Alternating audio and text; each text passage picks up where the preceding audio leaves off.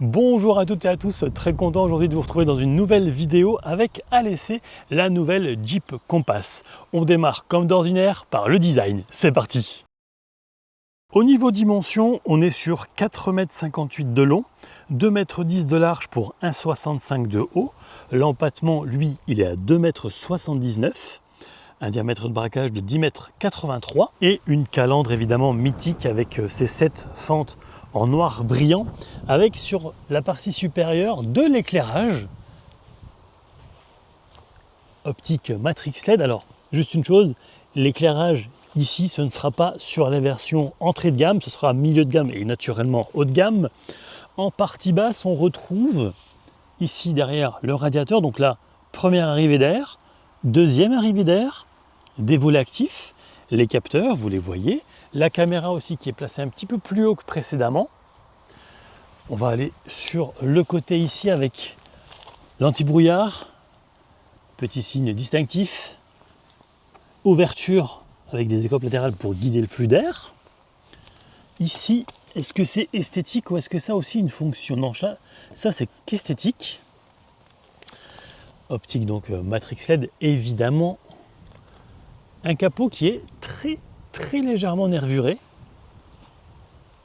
Il est assez horizontal finalement ce capot. Face avant, elle, paradoxalement très verticale. Alors, on va s'attaquer maintenant aux pneus avec différentes tailles. Évidemment, on sera sur du 18, 19 et 20 pouces. Là, on sera sur des pneus Michelin e-Primacy 235, 50, 20. Avec vraiment passage de roue très marqué. Avec évidemment des protections de carrosserie tout le long. Alors on poursuit, d'ailleurs, petite parenthèse, j'adore le logo ici au milieu et évidemment cette calandre mythique. Donc on retrouve le nom du modèle, petite caméra à l'aplomb du rétroviseur, rétroviseur rabattable électriquement avec une coque noire. On continue à prendre un petit peu de hauteur avec des rails de toit, un toit vitré panoramique et ouvrant, on le verra un petit peu plus tard. Vous avez au total 6 couleurs unies et 5 couleurs possibles en biton, sauf la couleur Vulcano. À l'arrière, vous le voyez, de façon assez classique, le vitrage il est surteinté. Il y a 5 finitions d'altitude à Overland.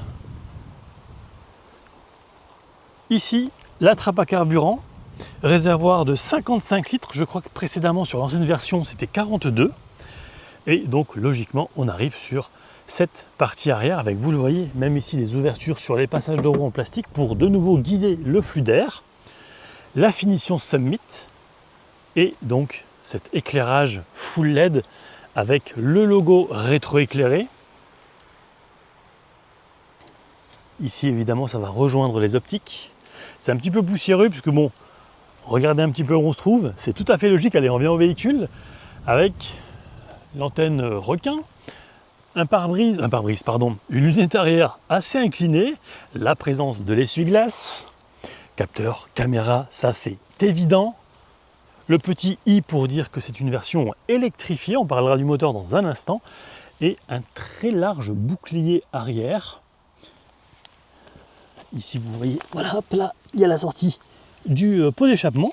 Au niveau remorquage, cette version PHEV pourra tracter jusqu'à 1,5 tonne.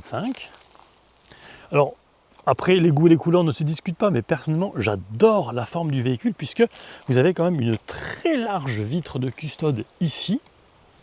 J'adore aussi les optiques, la forme des optiques vraiment et du véhicule en général, je le trouve vraiment beau. La prise de charge, juste ici. Je vous en parlerai dans un instant. On retrouve aussi, voilà, petite inscription Jeep Performance LED. Je trouve que c'est vraiment un beau SUV et on est vraiment dans l'esprit Jeep. Allez, assez parlé du design. Avant de passer à l'intérieur, on va ouvrir le capot en tirant 2 fois cette languette. Alors, vérin ou pas vérin? Et non, pas vérin. Donc, la bonne vieille tige métallique.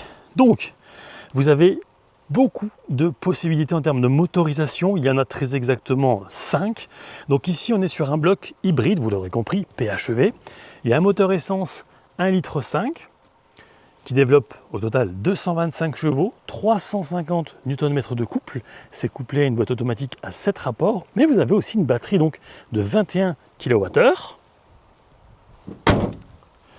Donc, ce qui permet de parcourir à peu près 90 km en tout électrique, avec une vitesse maximale de roulage en tout électrique de 135 km/h. Le véhicule, dans ce cas-là, il n'émet que 61 à 63 grammes de CO2. Mais surtout, ce qui est important à savoir, et je reviens brièvement ici, c'est que... Alors, est-ce que j'ai réussi à l'ouvrir tout à l'heure? Bref, je n'insiste pas, mais bon, c'est la recharge. Donc, ça sera en 3 heures environ au mieux, avec un chargeur de 7 kW. Je vous ai parlé aussi de la contenance du réservoir de l'autre côté. Par contre, il faut savoir aussi une chose qui est intéressante, c'est qu'on peut, selon Jeep, parcourir 978 km en cycle WLTP, bien sûr, avec un plein et une recharge. Et ça, c'est vraiment pas mal. Le véhicule démarre toujours en EV, et vous avez 2 niveaux de récupération via le bouton Regenerative Brake que l'on verra et que je vous montrerai un petit peu pour que vous puissiez voir si cette récupération est efficiente ou pas. Allez, on passe maintenant à l'intérieur. En ouvrant la portière, on remarque une première chose, c'est que globalement c'est assez sombre, il y a quand même quelques touches de couleur, et évidemment ce toit panneau qui apporte pas mal de luminosité, en partie haute, plutôt bien fini, de belles surpiqûres. Ici on sera sur du plastique par contre, l'ouverture évidemment de la portière. Poignée de préhension, allez, si je chipote, je dirais que j'aurais bien aimé que ça ressorte ici pour qu'on ait vraiment une excellente préhension, mais ouais, ça va, on va pas trop lui en reprocher non plus.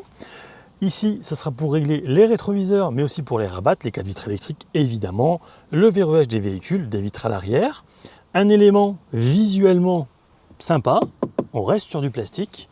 Ici, le revêtement est très agréable. En partie basse, ce sera de façon somme toute assez classique du plastique, une partie du système audio, de quoi ranger au moins 2 bouteilles, oui, assez facilement. Ensuite, le siège électrique, le réglage lombaire, siège mémorisable, avec aussi un dessin qui est plutôt sympa, la marque inscrite ici. Au niveau de l'appui-tête, rien à dire, j'ai déjà roulé à un peu plus de 70 km, ça reste confortable. L'ouverture du coffre, le désembuage, l'ouverture de la trappe à carburant notamment. Qui dit plug-in hybride dit boîte automatique. Un premier rangement ici. Je trouve que ça c'est parfaitement intégré au sein de la planche de bord qui se veut plutôt très horizontale. Ah, ça c'est mythique ça chez Jeep. Et depuis 1941. Alors ensuite, tout ce qui est réglage des feux, les palettes, on le verra un petit peu plus tard, c'est pour reprendre la main en manuel. Régulateur de vitesse adaptatif, le limiteur également. Alors on va s'installer justement à bord. Ça aussi j'aime beaucoup ce genre de petits détails en partie basse du volant. Alors c'est un volant avec des commandes capacitives, ça répond super bien. Navigation au sein des menus. La présence de l'affichage tête haute. Et regardez, il y a encore ce qu'on appelle en anglais des easter eggs, donc des œufs de Pâques ici. C'est assez discret, mais je trouve vraiment ça très sympa. Ensuite, donc derrière ce volant, on a un écran de 10 pouces. Alors je vais mettre le véhicule sous tension. Voilà. Avec, par exemple, le fait qu'il soit sous tension. Donc on est en électrique. La vitesse, évidemment. Le frein de parking. L'autonomie restante. Les phases de roulage. Donc si je suis en décélération ou en freinage. Eco et power si je mets gaz en grand. Logique. On va fermer la portière. En bas à droite, ce sera l'autonomie que vous aurez en tout électrique. Et puis donc ici, l'ordinateur de bord. Vous avez différents affichages avec des flux lorsque le véhicule sera en mouvement. Les tours minutes du moteur. Ici, on va se concentrer plutôt sur la vitesse. Et puis vous aurez aussi la possibilité d'afficher la navigation en grand. Alors, on va voir. Je vais mettre, par exemple, il y a les balocco. Ou l'hôtel. Bon, on va mettre l'hôtel, ce sera quand même plus sympa. Voilà. Voilà, par exemple. Donc, on peut continuer à revenir sur les menus d'avant. C'est bien, on peut avoir voilà, quelque chose d'un petit peu personnalisé. Ensuite, côté droit, et de façon classique, évidemment, les essuie-glaces. Un écran multimédia de 16 pouces dont je vous reparlerai un petit peu plus tard. Des commandes physiques, j'y reviendrai également plus tard lors de la conduite. En partie basse, deux connectiques USB-C. Un immense espace de stockage. Regardez, ici voilà, j'ai mes lunettes qui sont dépliées. Il y a vraiment beaucoup de place. Le double porte-gobelet. Le frein à main, naturellement. Le sélecteur drive neutre, marche arrière. Et du coup, les caméras s'activent, mais aussi, regardez, je vais essayer de vous montrer ça. Ça va être compliqué, mais les deux rétros, en fait, allez, hop, on passe en marche arrière, voilà. Les deux rétroviseurs, les vitres en tout cas des rétros, s'abaissent. On repasse en neutre. Ça vous montre aussi un petit peu la qualité des caméras. On le reverra aussi un petit peu plus tard. Bon là, à l'arrière, elle est un petit peu poussiéreuse, donc forcément, c'est pas exceptionnel. Commande de clim, les différents affichages, j'y reviendrai un petit peu plus tard en détail. Sélecteur pour les différents modes de conduite de cette version, donc plug-in hybride. Un chargeur par induction, et ça c'est vraiment chouette, puisqu'il est ventilé. Ça, c'est vraiment bien. À propos de choses en partie basse, et j'aurais pu vous en parler avant de grimper dans le véhicule, parce que regardez le tapis. Il y a une tortue, il y a ce qui ressemble à des fonds marins. Je sais, on est sur du détail, mais je ne connais pas beaucoup d'autres marques qui font la même chose. Et c'est évidemment en caoutchouc, donc c'est vraiment très facilement lavable. Ça, on aime aussi tout ce qui est pratique. Allez, je referme. Voilà. Énormément de place ici pour stocker bon nombre de choses. Une boîte à gants. Ouais, qui offre un espace plutôt raisonnable, je dirais. On va remettre ce qui était dedans. Et regardez de nouveau cette partie du tapis ici. Petite vue sur le côté passager. En dessous de la coudoir centrale, vous avez de nouveau énormément d'espace. Vraiment, on va pouvoir mettre beaucoup de choses. Petit compartiment aussi supplémentaire pour mettre des choses rapidement et facilement accessibles. On va prendre un petit peu de hauteur avec des poignées côté passager, mais aussi côté conducteur. Miroir, porte-carte. J'ai toujours du mal avec cet élément. Donc, lumière, je disais miroir sur ce pare-soleil, voilà. Ce sera exactement la même chose côté passager, logé à la même enseigne. Ça, c'est aussi très pratique. Un rangement ou un logement, peu importe, pour les lunettes. Lumière de plafonnier à l'avant. Alors, commande vocale, le bouton SOS. Vous aurez un vélum, et puis donc, je vous l'ai dit tout à l'heure, une partie du toit qui est également ouvrante. Alors, on va enlever ça. Et on va l'ouvrir, parce qu'il peut s'ouvrir comme en oscillant battant, ou alors entièrement. Assez rapide d'ailleurs. Voilà, d'ailleurs, je pense que je vais le laisser comme ça. Ce qui me permettra de vous montrer un petit peu l'espace qu'il y a à l'arrière. Et surtout, comme souvent, on profite beaucoup plus du toit ouvrant à l'arrière. Et justement, je pense que j'ai fait le tour, parce que je vous parlerai aussi de la rétrovision tout à l'heure dans le rétroviseur central. Donc, je pense qu'il est temps de passer à l'arrière, évidemment, sans modifier ma position de conduite. Pour l'anecdote, je me trouve à Francfort. Il fait 27 degrés, c'est extrêmement agréable. Alors, évidemment, ça reprend la même chose qu'à l'avant. Un petit peu de rangement également en partie basse. Même revêtement, ça c'est vraiment très agréable. Est-ce que ça descend jusqu'en bas? Non, pas complètement. Alors, je vais enlever mon sac, voilà. Même chose, un même tapis sur l'intégralité de la surface à l'arrière. Très large poche aumônière. la compatibilité naturellement des sièges des extrémités Isofix. Alors, on s'installe à bord. Alors ici, j'ai de la place pour mes pieds, pour mes jambes, sans aucun problème. On va fermer d'ailleurs la portière. Bon, au niveau de la tête, ça passe sans aucune difficulté. Alors les appuis-têtes à l'arrière, ouais, c'est pas mal. Hein. C'est entre doux et moyennement ferme, je dirais. Je trouve que c'est agréable. Et de nouveau, on retrouve les poignées de part et d'autre. Petite liseuse également ici. Au milieu, est-ce qu'il y a un accoudoir? Oui, mais oui, bien sûr. Accoudoir central avec donc de quoi ranger peut-être un téléphone, le double porte-gobelet. J'aime vraiment beaucoup, beaucoup cette sellerie. Et vous? Ici, vous aurez petit rangement, une prise allume-cigare, USB-C à droite, USB-C à gauche, comme à l'avant. Et de nouveau, tout petit rangement en partie basse. Ça sera quasiment un plancher plat. Là, vraiment, le décrochage, vous le voyez, il est très, très fin. Et voilà ce que je vois si je mets la caméra à la place de mes yeux. Et là, c'est vrai que c'est quand même extrêmement sympa de voyager dans ces conditions. Et j'aime bien aussi parce qu'il y a quand même une très, très large surface vitrée. Tout comme d'ailleurs ici. Ça, j'aime vraiment beaucoup. C'est énorme comme vitre de custode. Ah, c'est vraiment, vraiment chouette.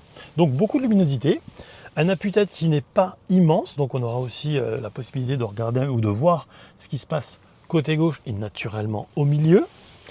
Bon, la place du milieu, vous le savez, c'est plutôt une place d'appoint. Alors non pas que j'ai des tocs, mais voilà, c'est quand même plus joli à l'image. Voilà un petit peu ce que l'on voit lorsque l'on est installé en place centrale arrière. Ah, je trouve que c'est même les sièges ici sont vraiment plutôt bien finis. Allez, maintenant on va passer au volume du coffre.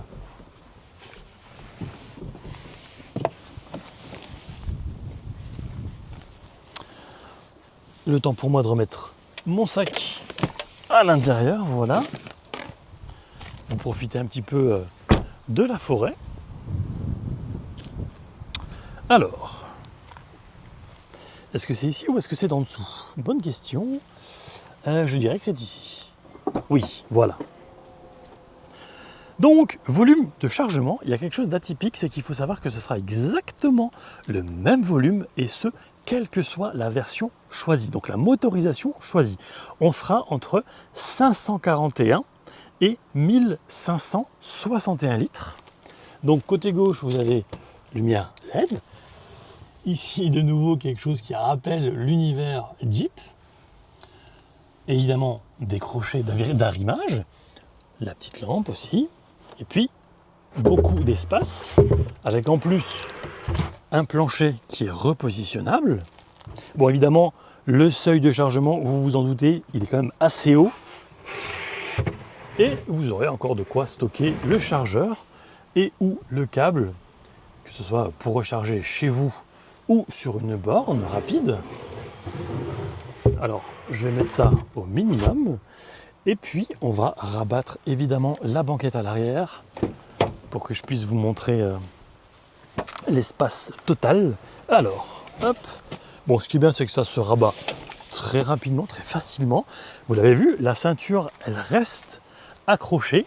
Donc ça, déjà, très bon point. Ouais, ça, c'est génial. Alors, bon, on ne sera clairement pas sur du plancher plat. Voilà ce que donnent donc les 1561 litres. Alors, on referme ici.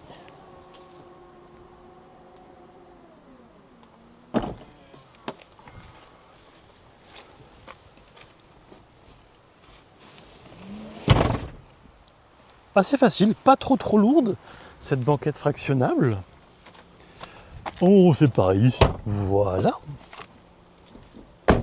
Est-ce que je pourrais vous dire d'autres choses sur cette version avant qu'on aille l'essayer, eh bien, sachez simplement que l'exercice du 0 à 100, il oscille entre 5 secondes 2 et 10 secondes 3 pour une Vmax qui oscille, elle, entre 180 et 216 km/h. Je ne sais pas ce que vous en pensez, mais je trouve qu'elle est particulièrement bien dans son élément ici, en forêt. Allez, assez parlé de l'extérieur et de l'intérieur, on va aller rouler. Ayant pris la voiture de démo, eh bien, la partie électrique est complètement vide. Il reste 460 km d'autonomie en essence. Vous l'avez vu, le réservoir n'est pas plein, donc l'ordinateur de bord vient d'être mis à 0. Et moi, je vais évidemment rester en automatique. Donc là, c'est la voiture qui va potentiellement recharger un petit peu la partie électrique avec l'essence. Et puis ensuite, elle gérera en fonction de ma vitesse et de la topographie. Allez, on est parti pour 68 km en un peu plus d'1h20. Alors ici, c'est 70 km/h. On va faire un départ arrêté, mode auto, gaz en grand. 23, 28, 32, 36, 53 et 75 déjà. Donc on va se remettre évidemment à 70. Voilà. Et dans quelques secondes, lorsque j'aurai une bonne visibilité, on va faire un freinage d'urgence. Ah si, je vais le faire en descente, juste avant le feu. Donc on va se remettre à 60, voilà. Et j'écrase. Ouh, c'est pas mal. C'est vraiment pas mal. Alors par contre, pour la mesure du son, là, ça va être un peu compliqué avec ce qui arrive. Je vais en profiter pour régler un tout petit peu mieux le siège. Voilà, là, on est vraiment bien confortablement installé. Alors, le volant, il est assez grand, évidemment réglable en hauteur, en profondeur, manuellement. La commande, elle est juste en dessous, logiquement. Voilà, là. Donc au niveau de l'instrumentation de 10 pouces, ici, tout est clair, tout est lisible, il n'y a vraiment rien à dire. Ici, par contre, il y aura juste, allez, je vais dire, moi je vois jusque là. Hop, voilà. Et, allez, cette petite partie en bas à gauche de l'écran, je ne la vois pas. Est-ce que c'est gênant? Je ne pense pas. Écran divisé en 3, la partie climatisation de part et d'autre qui reste toujours affichée. C'est un écran de 16 pouces, format horizontal un petit peu particulier. Mais donc, la navigation avec l'infotrafic, les mises à jour en OTA évidemment, Apple CarPlay, compatible aussi avec Android Auto. Ici, format vertical, vous avez l'heure, les différentes stations de radio et puis un petit peu comment fonctionnent les différents organes de la voiture. Donc là, en l'occurrence, on est en train de récupérer de l'énergie. Ça recharge un petit peu la batterie. Au niveau vision, alors que ce soit au niveau du rétroviseur central, on voit vraiment bien ce qui se passe. After 220 meters, turn left. Les rétros qui intègrent le bliss, donc l'alerte aux angles morts, proposent aussi une bonne vision. Ils sont assez larges. Ensuite, en rétrovision arrière, latérale, arrière droit, c'est vraiment, vraiment bon, très bon même. Il y a une très large vitre de custode et puis Turn left. le montant à l'arrière, il n'est pas immense. Ça, c'est vraiment chouette. Ensuite, côté gauche, eh bien, je dirais que c'est plus ou moins pareil, oui. Oui, effectivement. Alors là, je vois moins la vitre de custode, logique vu l'angle, mais vraiment, c'est très très agréable. On voit vraiment bien. Et puis, évidemment, au niveau luminosité, le toit panoramique ouvrant apporte un surplus non négligeable aussi et surtout, je dirais, pour les passagers arrière. Plutôt bien sonorisé, je dirais, la voiture quand même.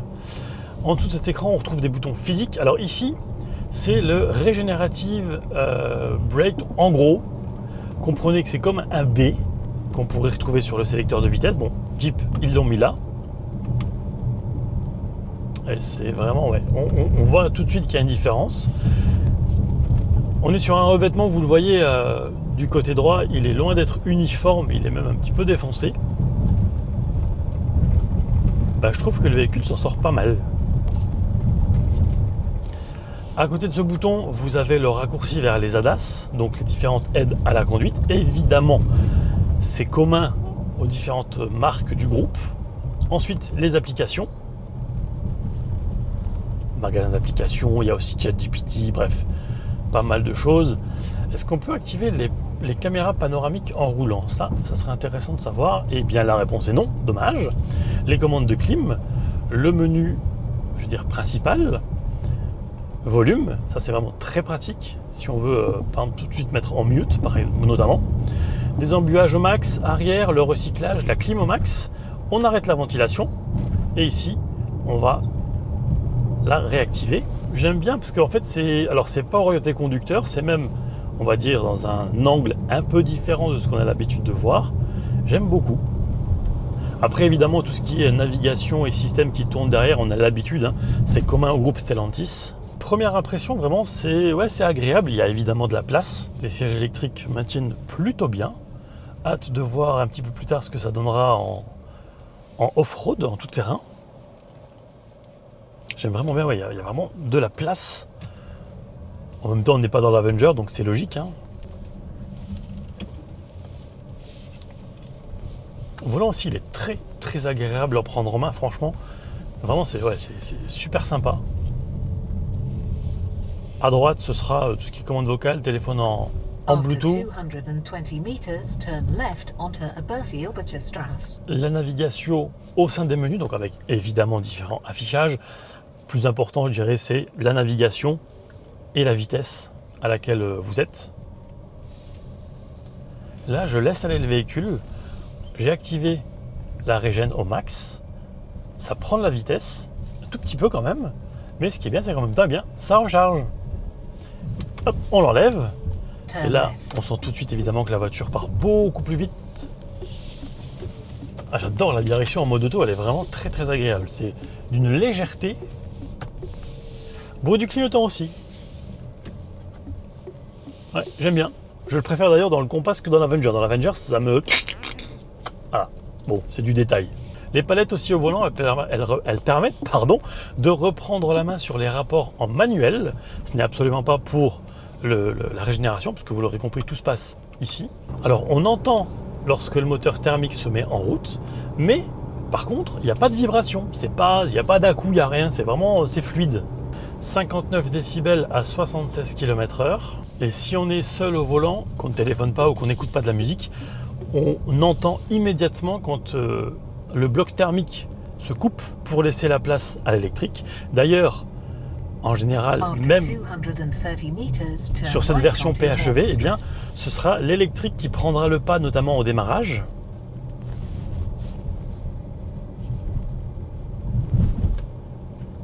Turn right.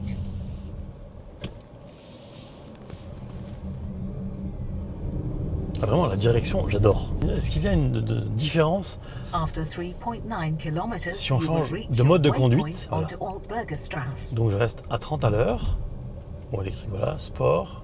Ouais, ça met quelques secondes, mais on sent tout de suite que ça veut partir beaucoup plus vite. Ensuite, snow. Sand et mud, donc boue et sable. Ouais, là, ça va un petit peu... je vais pas dire ralentir, c'est un petit peu comme si les étriers de frein commençaient à être serrés. On sent qu'il y a une petite différence. Alors, est-ce que j'étais en auto? Oui, je reste en automatique. Ce qui est bien, vous l'avez vu, c'est que même si on change de mode de conduite et qu'on appuie la navigation, eh bien, on la retrouve quand même sur l'écran. Alors là, ça va me permettre de faire un 50 à, je pense, 80, toujours en mode auto, gaz en grand. 57, 61, 65, 70, 75 et 83. On me dit que c'est 100, donc on va faire une pointe à 100.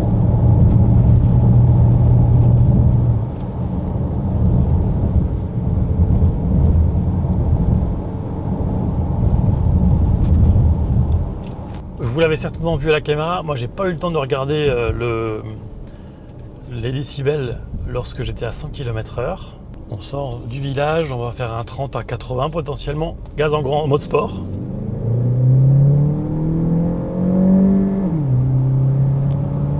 Même peut-être un peu plus, ouais. On était à 100, voilà, là on reste à 100. On va se remettre en mode auto. Là par contre l'étagement de la boîte en descente il est pas terrible, donc on va reprendre, voilà, manuellement. Boîte automatique à 7 rapports. Bon, évidemment il y a quand même une certaine masse à déplacer malgré la cavalerie. Je vais tester aussi le klaxon.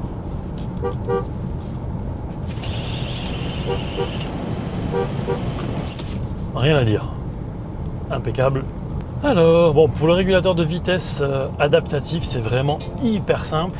Donc, vous avez le choix entre le cruise control, donc le régulateur de vitesse, Le drive assist, avec potentiellement le maintien dans la voie, et naturellement aucune assistance, donc là c'est vous qui restez maître de votre véhicule. Au niveau de la distance avec le véhicule qui pourrait vous précéder, vous avez long, moyen ou proche. Ça tombe bien, on va voir un petit peu ce qu'il en est du rayon de braquage. On se met en butée. Oh oui, non, ouf, il n'y aura pas forcément besoin. Bon, je le répète, mais vraiment en ville, par exemple, ici à 50, c'est très très agréable. À haute vitesse, mais il faudra que je le refasse. J'ai l'impression que le véhicule, il n'aime pas être chahuté, malgré le mode sport. Ici, on va accélérer tout doucement jusqu'à 70, 61, 63, 66, 69, ouais.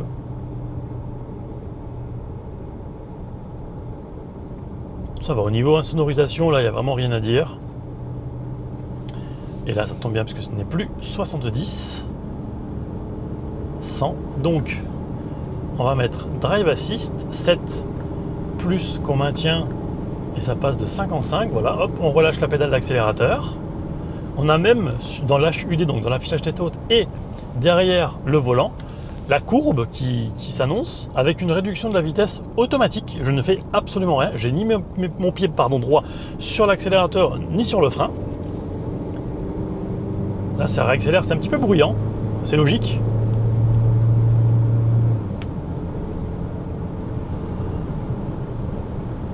Il y a pas mal de bruit de vent également. Alors, je regarde un petit peu. Ouais, il y a quand même.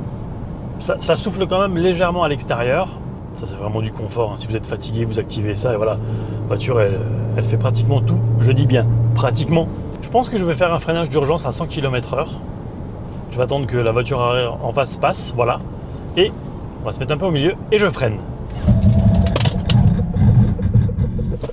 Et ben dis donc, c'est efficace. Autre exemple ici, je suis à 70 km/h, pente de 11%, une auto-école devant. Hop, on active, on passe de 69 66, 64, bon je dois quand même freiner, sinon je vais faire un bisou à la voiture et en plus c'est 30, mais justement, ça va être intéressant. Donc là, je l'enlève, 27, 29, 32, on réactive, 35, on voit la lettre B qui s'affiche, on passe donc du drive au B, et je dois quand même appuyer sur la pédale de frein, puisque la pente est prononcée, un peu trop, pour parvenir à la vitesse maximale autorisée. On active le B, puisque je pense qu'on va rentrer en ville dans pas longtemps. 90, 88, en légère descente, 85, 83. Et là, forcément, je dois freiner, puisque c'est 30 ici à l'heure. On va le laisser activer.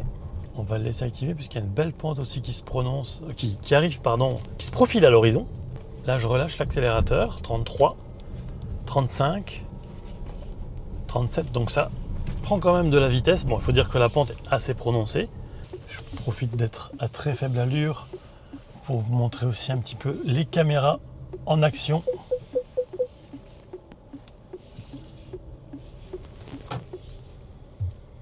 Arrière, devant aussi avec le grand angle.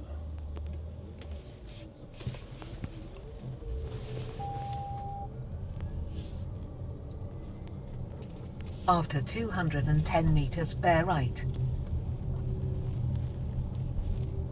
Donc caméra qualité plus que correcte, avec également les lignes de guidage et le grand angle. Ah, là aussi on est sur un revêtement à droite complètement défoncé. Bah, franchement ça va, elle s'en sort vraiment bien au niveau suspension, je répète. Je vais volontairement la rouler où il y a le plus d'aspérité possible.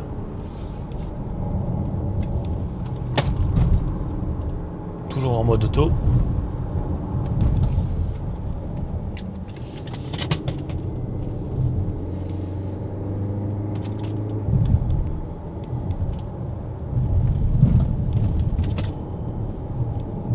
Ah, des petits enchaînements rapides ici.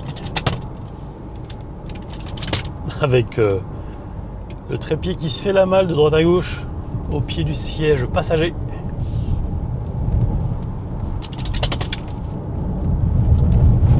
Ici la route est défoncée de partout.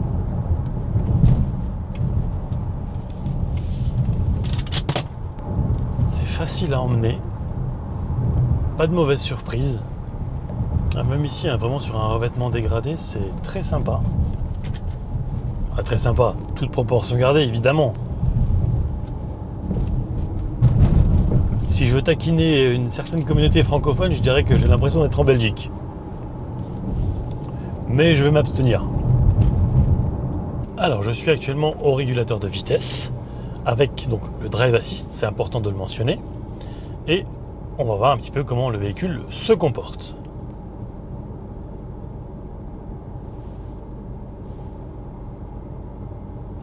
Première alerte visuelle, remettre les mains sur le volant. Pour autant, ça garde la trajectoire. Ah, visuel plus sonore. De reprendre la main de nouveau. Ah, oulala, oulala. Oh, oh, oh, oh. Alors là, heureusement que j'ai repris la main, sinon c'était bonjour à la glissière de sécurité. Alors, l'avantage, c'est que c'est rapide. L'inconvénient, c'est que ça ne garde pas la trajectoire à la fin. Et ça, c'est pas terrible. Allez, on le refait. Je vérifie quand même que je sois toujours en Drive Assist. On se remet ici, voilà.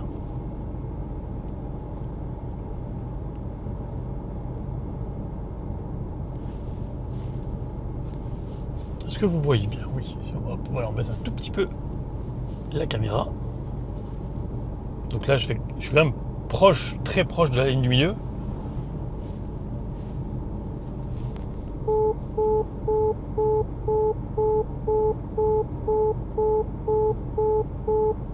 Et là, voilà. Oh là là là là là. Monsieur Jeep ou Monsieur Stellantis, il faut vraiment améliorer ça. Hein. C'est juste pas possible. Me voici à quelques mètres de l'arrivée, donc après 68 km de parcouru, vitesse moyenne 40 km/h, consommation mixte de 7,4 litres pour un total de 32 km parcourus en tout électrique. On se retrouve à J+1 avec un plein d'essence et aussi un plein d'électricité. Donc vous le voyez, le plein d'électricité représente environ 82 km d'autonomie et nous on est parti pour 42 km. Donc on va faire la même chose qu'hier, on va se mettre en auto et c'est parti. Et donc à l'arrivée, vous le voyez, il nous reste 75% de batterie, soit 60 km en tout électrique. Côté gauche, ça affiche 671 km. Le routier étant terminé, place maintenant à l'off-road avec une autre version de la nouvelle Compass. Ici, on sera sur la version 4XE, donc full électrique, qui développe 375 chevaux. Il y a deux moteurs, un à l'avant avec un couple de 345 Nm. À l'arrière, ce sera 232 Nm de couple. La batterie fait 96 kWh. Autonomie comptée environ 600 km. Le véhicule pèse 2 tonnes 3. Il peut remorquer jusqu'à 1 tonne 3. Au niveau des tarifs, cette version démarre à 50 910 €, TVA luxembourgeoise, contrairement par exemple à la version PHEV qui, elle, démarre à 41 641 €. Là, on est sur une teinte Amazonia, avec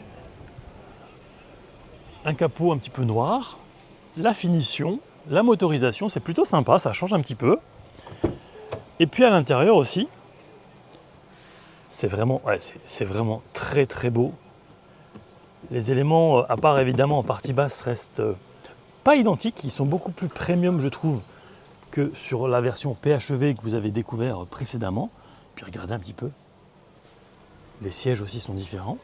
Et à l'arrière des 4XE, vous avez un panneau en plastique avec un système mollet pour fixer des sacs, du matos supplémentaire, de la corde, bref, une gourde, tout ce qu'il vous faut pour partir à l'aventure. Petit focus également rapide sur la sellerie à l'arrière.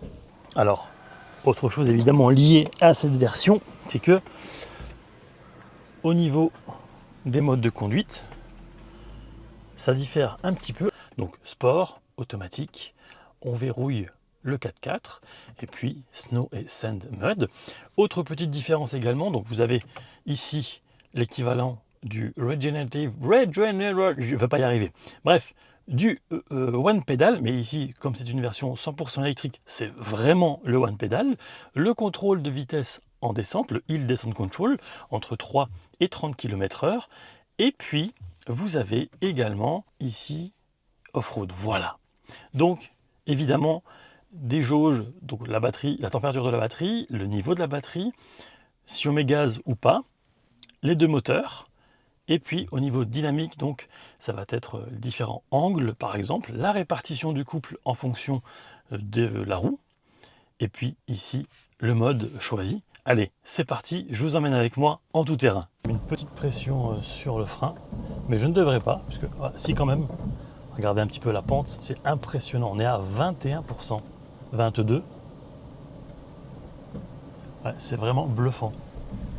Et ça passe sans aucune difficulté. Allez, on continue. Allez, c'est parti pour une petite séance de donuts. Alors on est bien d'accord, ça ne sert strictement à rien, mais c'est quand même relativement fun. Avec voilà, un moteur à l'avant, un moteur à l'arrière. C'est vraiment très très cool. On va remettre, alors là je ne vois plus rien, donc on va quand même être un minimum responsable. J'ai bien dit et je répète, un minimum.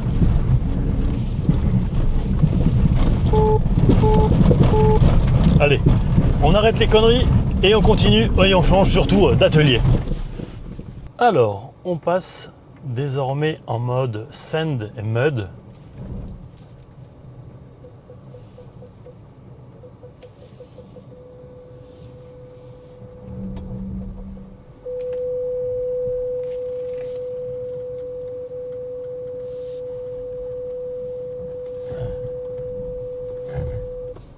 C'est quand même assez impressionnant. Alors je vais juste regarder l'angle que l'on a. Si j'y arrive. Voilà, là, le roll il est à 17. Tout petit peu de gaz, un filet vraiment, pas besoin de plus. Ça travaille, ça travaille, ça travaille, ça travaille, ça travaille. Et on ressort sans difficulté particulière. Quelle idée franchement de vouloir avoir une Jeep propre.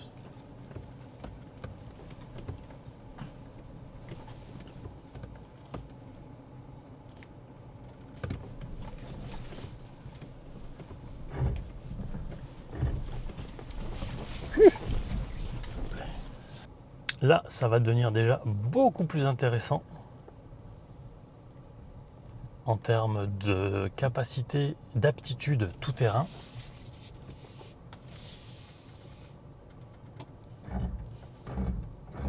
Avec un joli croisement de pont.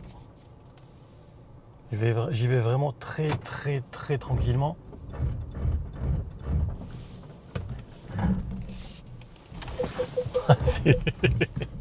C'est vraiment impressionnant.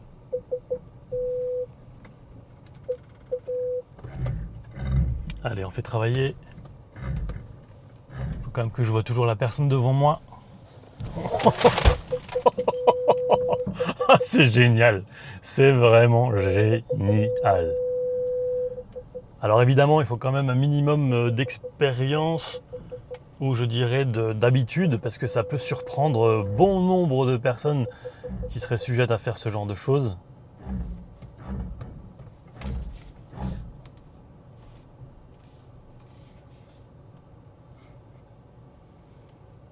Bon, apparemment je m'arrête là. Ah, je pense qu'il va s'agir de faire des photos, ouais, je pense que c'est pour ça. Un beau passage de guet.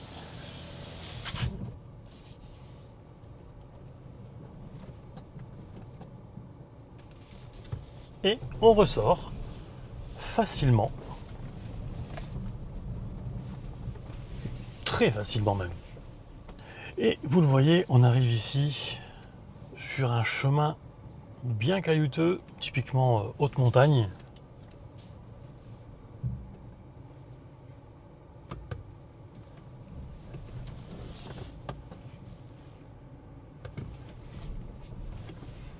Et évidemment, ça ne pose aucun problème au nouveau qu'on passe. Allez, poursuivons avec de nouveau un passage bien boueux. Bon, par rapport au passage qu'on a fait juste avant, vraiment très très tranquille. Avec une assistant vidéo et un assistant également pour le roulage. Troppo facile questo, dai. Con questa è troppo facile. Si. Alors ici, on est sur un petit dôme avec un environnement un tout petit peu creusé au départ. Vous le voyez, hein, voilà, ça descend un petit peu. ce sera je pense plus pour la motricité et toujours évidemment l'angle. Parce que là évidemment je ne vois pas grand chose, mais je pourrais m'aider évidemment des caméras. Et de nouveau ici, on ralentit.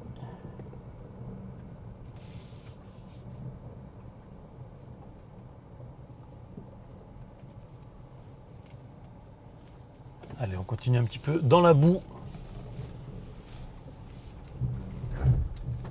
C'est très plaisant, hein.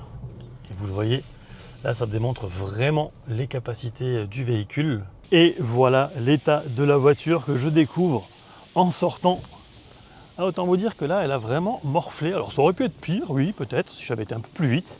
Mais l'idée, c'est que ça passe partout et pas justement de faire le Fangio. Allez, on passe désormais à la conclusion de cet essai du nouveau Jeep Compass.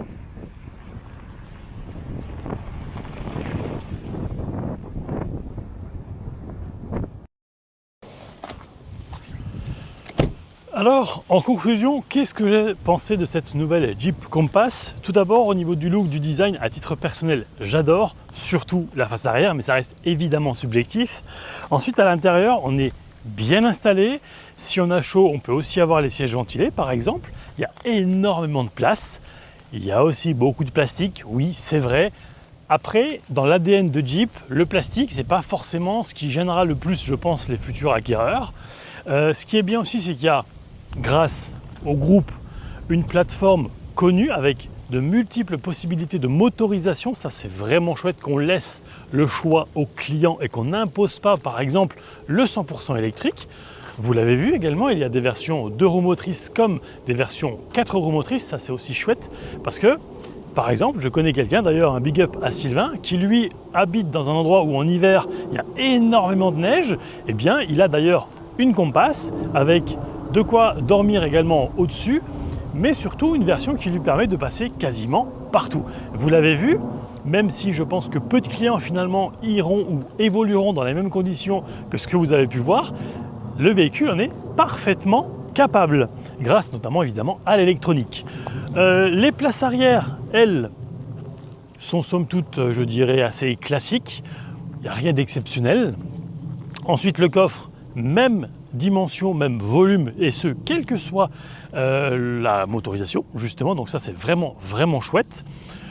Ouais, un petit peu trop de plastique, je dirais. Forcément bruyant en pleine charge, mais ça, c'est logique.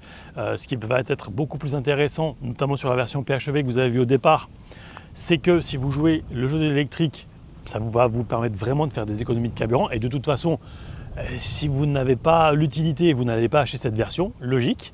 Donc voilà, agréable à conduire, même dans les petits enchaînements rapides avec de bonnes suspensions, j'ai trouvé.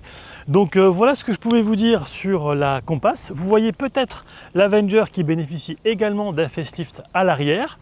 Si ça vous a plu, je vous invite à vous abonner, à liker et à partager. Si vous avez des questions, n'hésitez pas, les commentaires sont là pour ça.